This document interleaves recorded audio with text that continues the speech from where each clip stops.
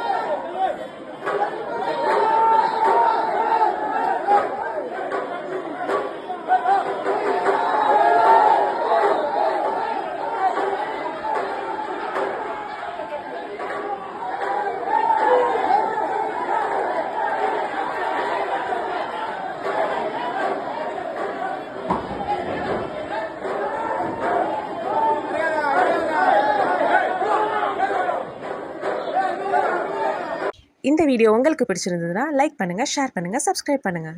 Thank you for வாட்சிங்.